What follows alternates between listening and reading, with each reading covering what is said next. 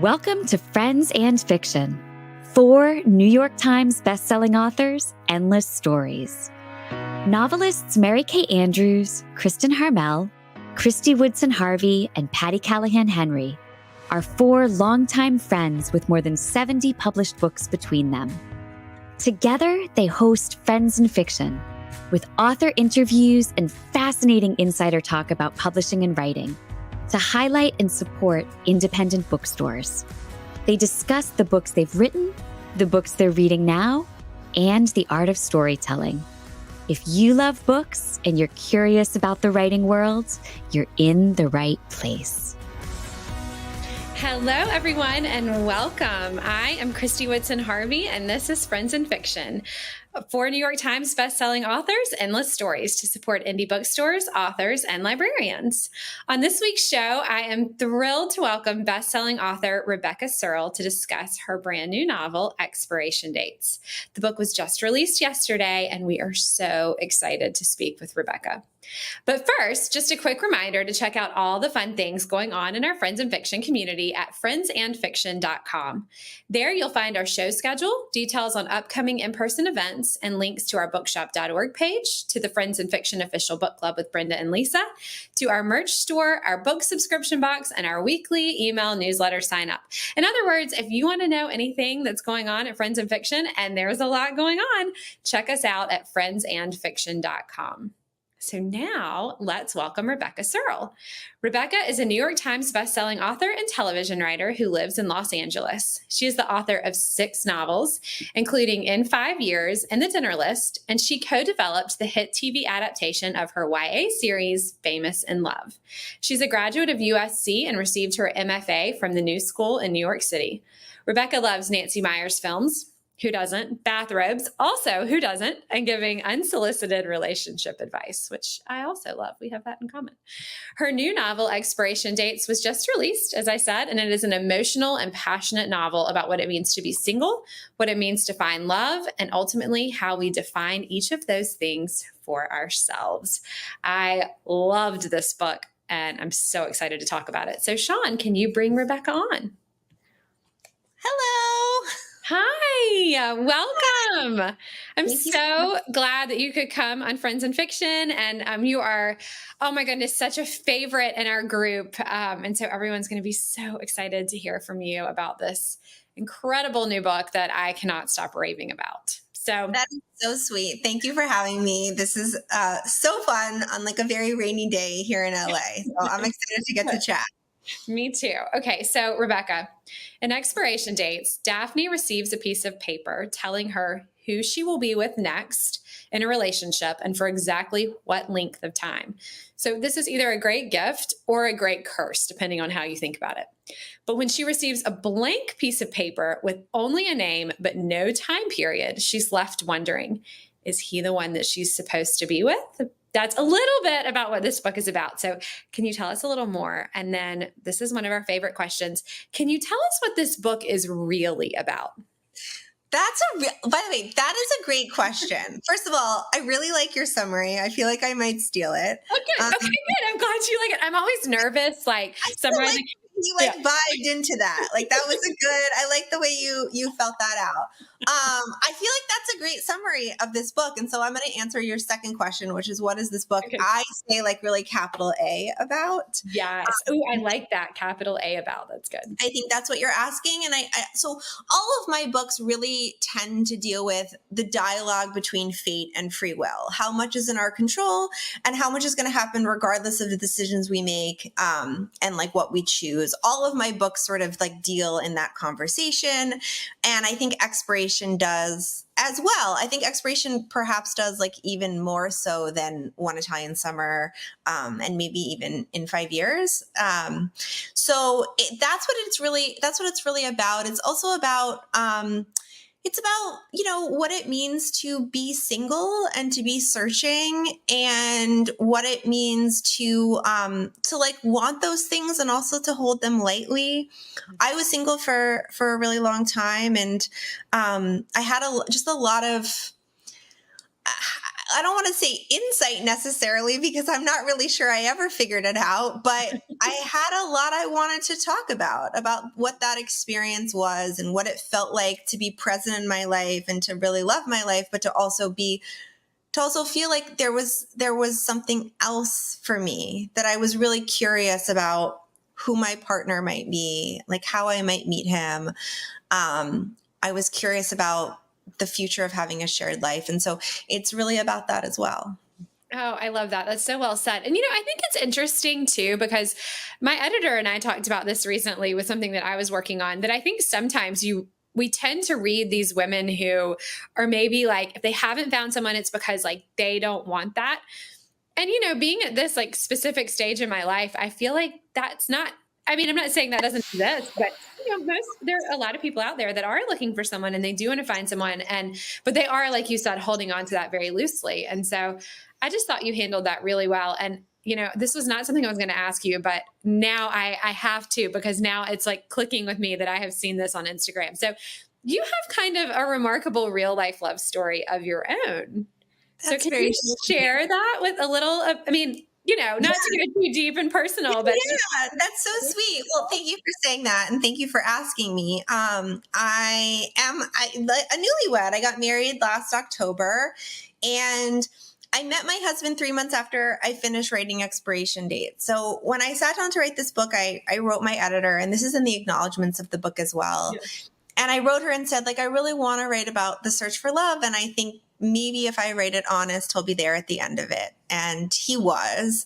And he's really wonderful and sweet and a very, very special man. And so we actually met on a dating app. We met on Coffee Meets Bagel. If anyone's like, curious, I would highly recommend you try it. It worked for me. And he looked really familiar when I saw his picture. And so I wrote him and said, like, have we been out before? Like, I don't know. I was almost 37. I'd been dating forever. Like, we could have gone on a date. I don't know. Yeah. And he said no. And he's like, no, I would have remembered. And then it turned out that we had been introduced a different way 8 years beforehand, but we never met. So we had emailed each other back and forth. And then he had an email. He always says, like, I stood him up because he had emailed me and I didn't respond because I went back to New York. I was out here making Famous in Love, the television show I had out in LA, excuse me. And I went back to New York, and he lived obviously in Los Angeles. And so it wasn't the right time. And he will sometimes say to me, like, oh, he gets a little bit sad and says we could have had that time. And I, my answer to him is always like, but isn't it beautiful to know that what is meant to be becomes? Like, what is meant to be becomes, no matter how many times you shut it down. And I feel like meeting him really taught me that. I suspect I love that. True, but well, it seems like something that you wrote anyway, but now it's like real proof. you have the real life proof. I love that. I love that. That is a very important message. And that's such a great love story. I love that so much. So much more interesting than if you had just randomly met, if you had just returned his email and I know. No, it wasn't our time. I love that. Okay. Well, so Rebecca, each of your books with a magical element has a different origin story. And you've said that magic opens up the concept for a wider canvas. So does the magic or the idea come first? And can you pinpoint your inspiration for expiration dates, or is it just kind of hazy? Okay, so I think that the idea definitely comes first, but baked into the idea is the magic. Mm-hmm. So I guess they're hand in hand. And I just remember for a really long time wanting to write about being single, and specifically the experience of being single in your 30s, which is a very different experience than being single in your 20s. I really wanted to write about that. I wanted to write about a woman who was searching for love and had been for a really long time, but I wanted to write it like me. Like I wanted to write it with a little bit of magic, but I couldn't really totally figure out what I was trying to say or how I would go about that. And so I don't know, one day this idea just dropped into my brain, as they tend to do. Yes. I don't get a lot of ideas. I probably get an idea maybe once every 2 years. And when I do, I'm like, oh, that's interesting. Okay. And so I turned on it for about a year. This was back in 2021, probably. Yeah, 2021. And I turned on it for like a year, and I was sort of trying to understand, like we were talking about, like what this book was really about, what I was really trying to say. Like I liked the idea that, you could get a piece of paper with a man's name and a number on it, but like on its head, it seemed almost a little bit like trite. Like why? What is interesting? Why would this be Daphne's story? And then, I'm assuming that we're going to keep this a spoiler-free chat, so I'm not going to. Yes, let's keep it a spoiler-free. Yes, for sure. Yeah, I'm not going to talk about the specifics of like what happens in the book, but there is something that happens in the book towards the midway that kind of crystallized for me what I was really trying to say. And then once I had realized that, I started writing. That was a very long-winded. No. It was just like, where did the idea come from? No, that was perfect. And I mean, that's really interesting that, sometimes I feel like I love talking to writers on this show because I think we all have a very different process of, we get this little kernel of an idea, but as I say a lot to people, an idea isn't a book. Like it's not the same thing. You have to have more than just that little idea to like go write 300 pages about it. So this might be one of the points you were referring to, and I am not going to spoil it for anyone, but there were two separate and distinct moments in this book where I literally like gasped, like didn't see it coming, and thought, oh my gosh, not only did I not see it coming, but that was so brilliant. So that made the book like even a bigger treat. But, thank you. One of them, like sort of, I would say like the bigger one was the thing that I was just talking about that I was writing towards, and that was very much baked into the concept of the book. The second one, as I sometimes do in my writing, I realized it in real time as I was writing. Okay. Was writing it, and then I was like, oh wow, wait, that's what happened. I hadn't plotted it. Okay. Well, that's what I was going to ask you. Like in general, would you say you're a plotter or a pantser, or you're a little bit of both, or how does that work for you? A little bit of both. I think I come up with an idea, and then historically my novels have like some kind of midway twist. I'm like hesitant to say that is like a thing that I do because it may not be in the future. Right. I don't want to say that. And then people are like, well, I didn't get my midway Rebecca Serle twist, 1 star. Like, I didn't get it. And I'm like, I'm not committing to saying that that's like a hallmark of what I write. I don't necessarily think that will be true of all my books, but it has historically been true, at least of my 4 adult novels. And so, and so like, once I kind of know what that is, I'll make a list maybe of like 20 to 30 plot points I think I have to hit. But then I hold it very loosely, and the characters will sometimes tell me that I'm wrong, and that's okay too. Yeah. So that's an interesting, I like that. So you have like a little bit of a guide. Do you feel like that helps you if you get to that? I mean, I don't know if this ever happens to you, but I feel like sometimes there's like that inevitable point in the novel where you think, usually kind of in the middle, where you're like, I kind of know where I'm going, but I don't know exactly what happens right now. I don't know if that ever happens to you, but do you feel like that prevents that a little bit for you? Like you at least have something to write, even if it's not the thing that ends up in that spot? Sometimes I would say, I think that almost tends to happen more for me when I know what's coming, because I think like, wow, this is so boring. Somebody once said to me that like, that is the point of the book where you just have to like sort of push through and just lay down the bricks, because you feel like, I've already figured this out. This isn't interesting, but your reader hasn't. Like there's more mental work happening at that place. Like you're holding more of the story in your brain. And so you just have to like write that second half for your reader, because it's not for you, because you already know. And I thought that was kind of interesting. I tend to feel it more if I'm like, okay, now this has to happen, then that has to happen, then that has to happen. And I'm like, oh, this is boring. Like, is this even good? Like, are these plots these plot points even interesting? I totally get that. And I'm a total pantser. Like I don't really have anything kind of like planned out before I start. And so, but I often wonder, because of course I say that, but like, as you were saying earlier, we're holding these in our mind. I mean, we've been thinking about these books. It's not like I'm just sitting down with a blank page and being like, let's see what happens today. I mean, we're going in with like an idea of, okay, these are our characters and this is vaguely what's going to happen. So that's really interesting, because sometimes I do feel like you get to that moment where you're like, oh, I didn't know that was going to happen. And that's like the most exciting part. Most exciting part. That's really great. Okay.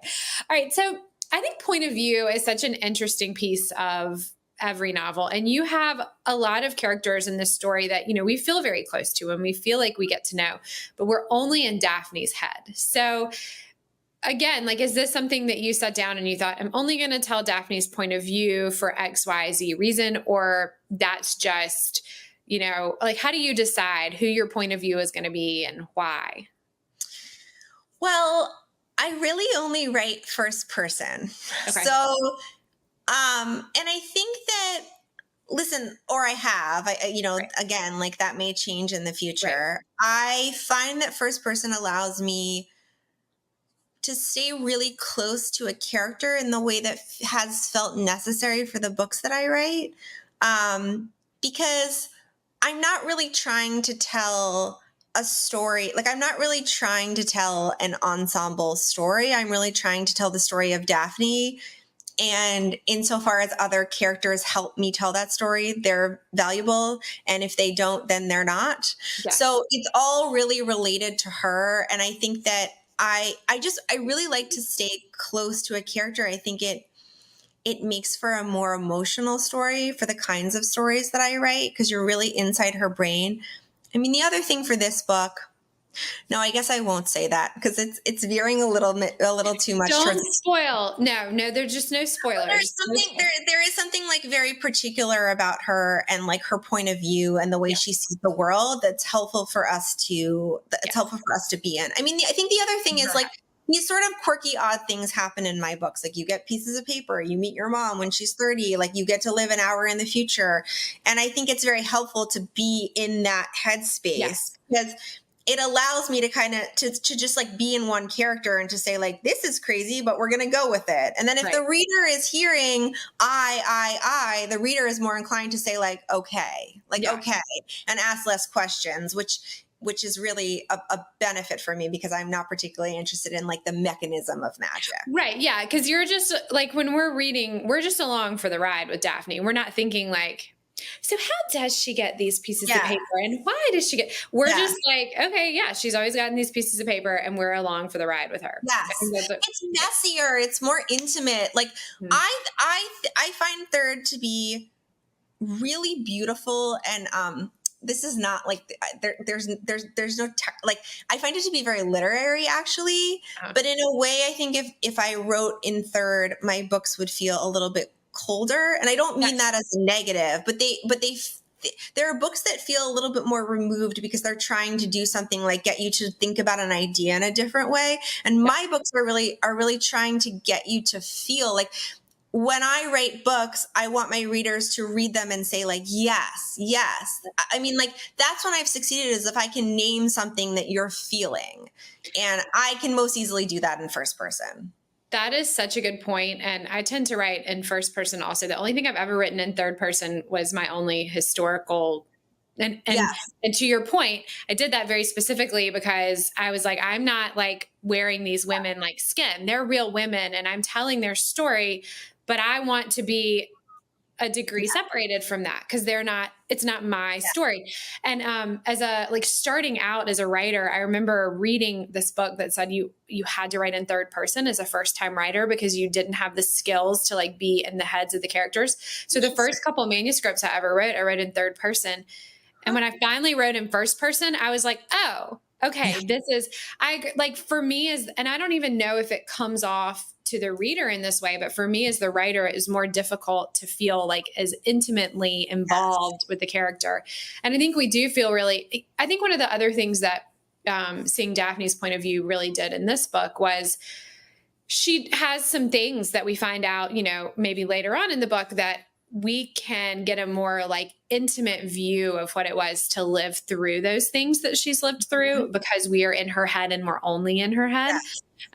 Anyway, I thought it was a great choice. I just am always interested in. Yeah. I think it's an interesting conversation too. I love talking about POV. Okay. So in addition to being a novelist, as we mentioned, you have adapted the series Crazy in Love based on your YA novel. So can you tell us about that process and, kind of your involvement in it? And you obviously were involved because you mentioned that you were in LA working on it. And I've had every different experience, I feel like, under the sun when it comes to adaptations, because all of my books are like in Hollywood in a different way. My first novel was a book called When You Were Mine that became the film Roslin that came out in 2022. And that book I sold just the rights to. I was not attached with any kind of producer. I had like no input. I was a baby writer when I sold those rights, and I was just like sort of like happy to witness it from afar, and that was great.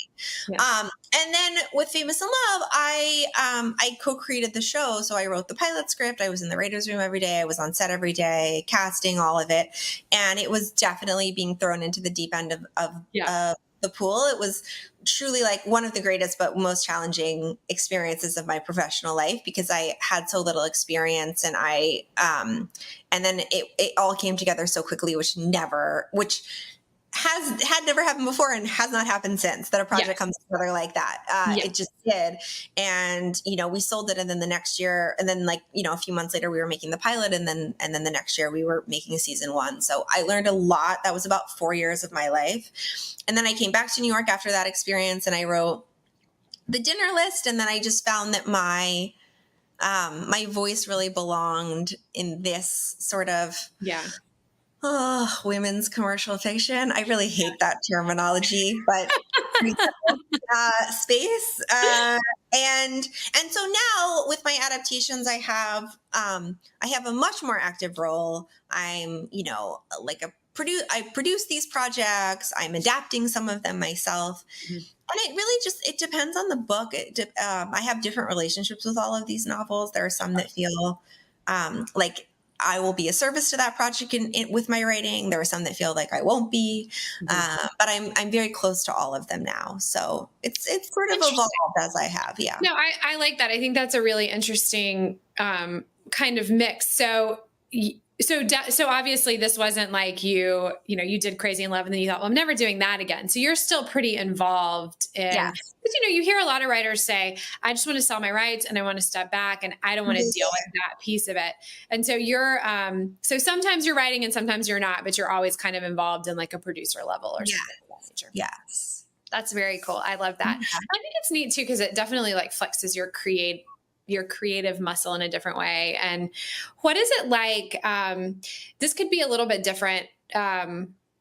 I guess I could ask you this about Roslin, since with Crazy in Love, you were kind of writing. So what was it like? What was the experience like of seeing someone take your project and then make it something different? And were you, did they stick really closely to the book? Did they veer off a little bit? And like, how did that feel for you as the writer?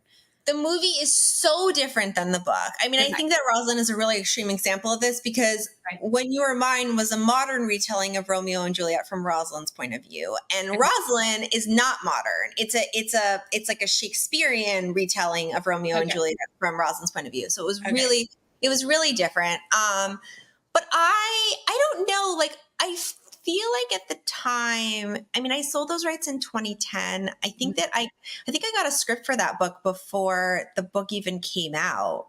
Okay. So I think at the time it was hard for me in that first year because it was my first book and I felt so attached to it and it had so much personal experience in it. And I was like, oh, they've changed so much of it. But I don't feel that way anymore. I mean, I obviously I don't feel that way about that book. Needless to say, like the movie came out and it was fun, and I didn't, just candidly, I didn't feel any particular attachment to that project. Okay. It was just nice for the people involved that it got made, and that was great. And I think that's real freedom too. I think that there is a certain kind of intimacy and attachment to our work. Mm-hmm. But it doesn't have to be that way on every project, particularly if you're somebody, like we are, who publishes pretty frequently. Yeah. And some books are going to have different journeys, and some books are going to need to change significantly in order to be films. And I think that now that I do so much screenwriting and adaptation, I really see that. Mm-hmm. There's a lot that I sometimes have to throw away or reinvent because for whatever reason, it just doesn't translate. So do you ever find yourself, now that you've been more involved in the TV side of things, do you ever find yourself when you're writing your novel and you do something and then you think, I'm I kind of threw that in there for TV, but like, it's not really going to work for the novel. Or are you able to keep it separate in your mind? No, never. Okay. I own, when I'm writing a book, it's only the book. Okay. That's good to know. Yeah, Interesting. because also like I have no attachment to any of them being movies or TV. Like Sure. I'm lucky that they're all in, active development, but I don't like, who knows if they'll ever get made. And I don't, so it's like, if I wrote something and it actually like really didn't work in film or TV, that wouldn't bother me at all. Right. Cause everything that but presumably every book that, a person writes is not going to translate. And if you start using that as your yardstick, it's not going to create your best work for sure. It's good to know. Okay. Well, so you have had an incredibly successful career that any novelist would aspire to, of course, but can you tell us how you got started? What did your journey to writing look like? Yes. So I'm always really fascinated by people who sort of come to writing later, because for me, it's my identity. It's like somebody asks you who you are and it's like, I'm Rebecca and I'm a writer. It's like I have brown hair or brown eyes or anything else. It's just who I am. And so I grew up reading and writing. Like I was entering little writing competitions when I was in elementary school and poetry workshops and things like that. But I had no idea that real people wrote books. I loved books, but I didn't make that connection. I don't think until I was like well into college, honestly, that like real everyday people were writing books. I don't know. I feel that same way. It was like, I read everything, but I was like, who is right? Like, I never thought about the people writing them. It never occurred to me like, oh, that could be me. It never occurred to me. And by the way, not because I had any kind of like, I don't know, truncated sense of self. Like I grew up in a house that was very supportive and my parents were like, you can do anything you wanted to do. Like it wasn't because I was like, oh, I genuinely didn't know. I was like, maybe they keep all the writers in some like tower in New York. I had no idea. I'm like, I don't know. Yeah. Or And like, all these it. books have been written like 20 years ago and people don't write books anymore. Like I just didn't know. And so then I moved to New York and through happenstance, I got set up with a literary agent on like a coffee date. And she started to explain to me, she gave me like a job at her literary agency, just like reading the slush pile and assisting. They were like, it was a new agency. And then separately, I also got a job at Penguin, which is now Penguin Random House. And I was an assistant there doing like very similar things, but probably a little bit more administrative. And so slowly I really got to see how the publishing industry worked. And I learned what an agent was, and I learned what a publisher was and what an editor was, and that agents sell your manuscript and all of these sorts of things. And so I was also getting my MFA in fiction. So I would work during the day and then I would go to grad school at night. And I wrote a novel during that time in graduate school that happily will never see the light of day, is in a drawer somewhere. And then the year after, I wrote the book that would become When You Are Mine. And when I was finished with it, and this was really at the time where like Twilight had blown up, like YA, my first 4 novels were young adult novels. And, I was 22 and I was like fresh off my first heartbreak and it just made sense for my voice. And so I knew the woman who represented my young adult novels, and I was able to submit the book to her and she loved it. And then she ended up representing it. So that was my journey to publishing. I got very lucky. No. Well, you did not. I got very lucky logistically. Like I do think, listen, like I feel like water finds its level, and I do think that really good material makes its way into like agents' hands. I do. Like I see how, my agent reads and I think that it does, but there's a lot of good material that just doesn't find its way necessarily. So I got lucky in the logistics that I worked at this agency and I was able to like hand submit to somebody and didn't have to go through a slush pile. No, I totally get that. And I do think there is probably, I can definitely say for me, like there's definitely an element of luck. I'm sitting in North Carolina and like the chances that I would ever get public, like there's an element of luck for sure. So I know exactly what you mean, because there are great books that never get published. And sometimes we happen to be at the right place at the right time. But also I think we're pretty doggedly working to get to that right place at the right time too. So, you definitely were You were working during the day and writing your novel and going to MFA school at night. Like, not everyone's going to do that, Rebecca. They're just No, I think back on that time and I'm like, wow, I guess I had a lot of energy. I mean, I was 22. Yeah, Like, I know. I think back too, and I'm like, I took. I know, and I would like wake up in the morning and I would like go to the West Side Highway and take this boot camp class with my girlfriend. I'm like, what time are we waking up? Like, I think I had to be at work at 8 a.m. Yeah. Anyway, it was a different time. But yes, it was. You were going to bed at 1 and getting up at 6. Yeah, it was totally fine. It was fine. Totally fine. Yes, it's a combination. It's a combination of luck and hard work. I mean, obviously, like you need the hard work and you need a little bit of luck too. So I have been very lucky in my career, and I love it so much. I'm very lucky that I get to make my life this way. I love that. Okay. So is there a moment that you've had, like when you look back over your writing career, that you were like, yes, like I have made it. This is the thing. This is it. Or is it just kind of like the next thing and the next thing and the next thing?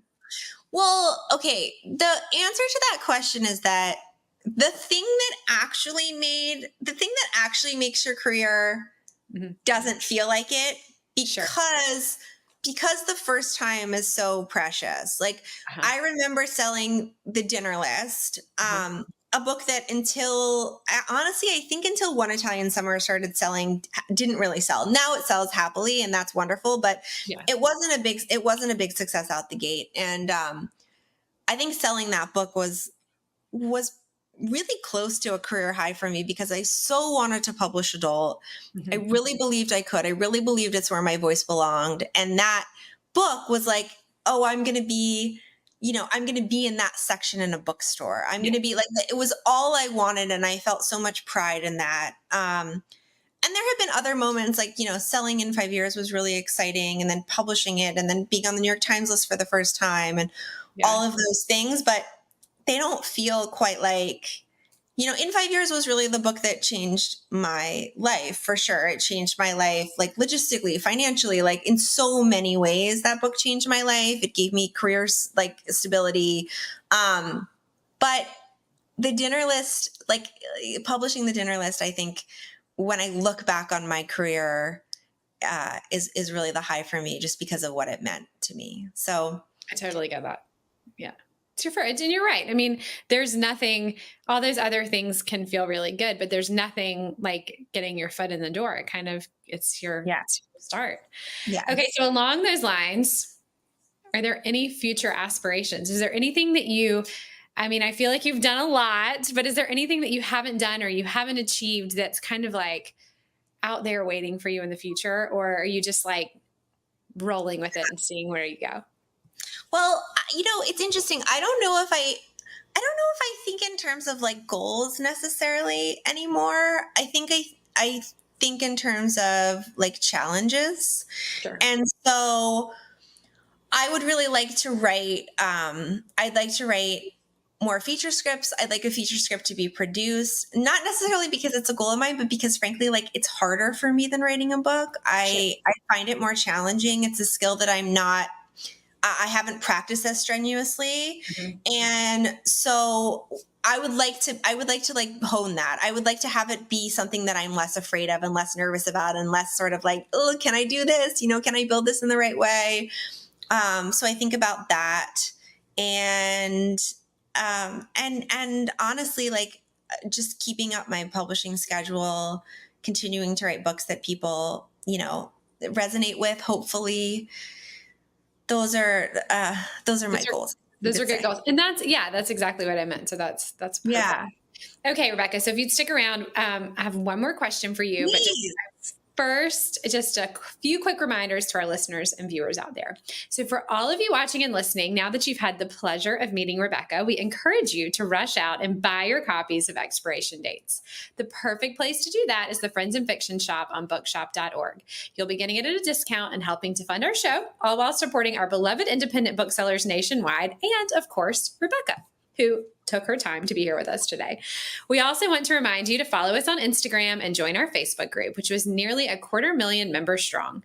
When you visit friendsinfiction.com, you can stay abreast of upcoming Friends in Fiction show guests, in-person events, shop our merch store, order our book subscription box, and sign up for our weekly email newsletter list, which is chock full of bonus content. If you love the Friends and Fiction show, we hope you'll leave a rating or review and remember to tell a friend.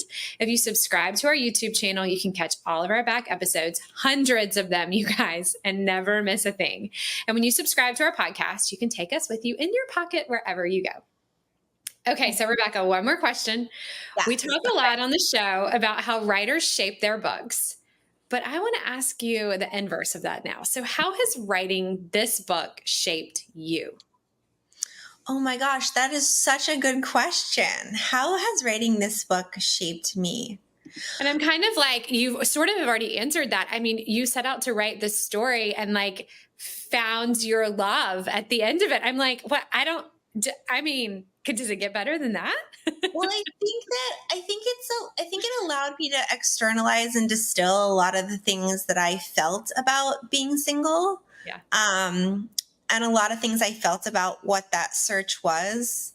And there was a kind of, even, before I met my husband, there was a piece at finishing it because I sensed that at some point that experience might not be as intimate and as fresh for me as it was at the time I wrote it. And so I really love and I'm really proud of the fact that I was able to externalize it when I did, and that like this book will, in some ways be a reminder of that time for me forever, because even now, I've only been married for like 6 months and, we've been together for 2 years, but the experience of being single and sort of the immediacy of that, it begins to be more distant, because what it means to partner and what it means to make those kind of sacrifices and compromises and love and be looking towards the same shared horizon, that's a really different story. And that's not the story of Expiration Dates. And so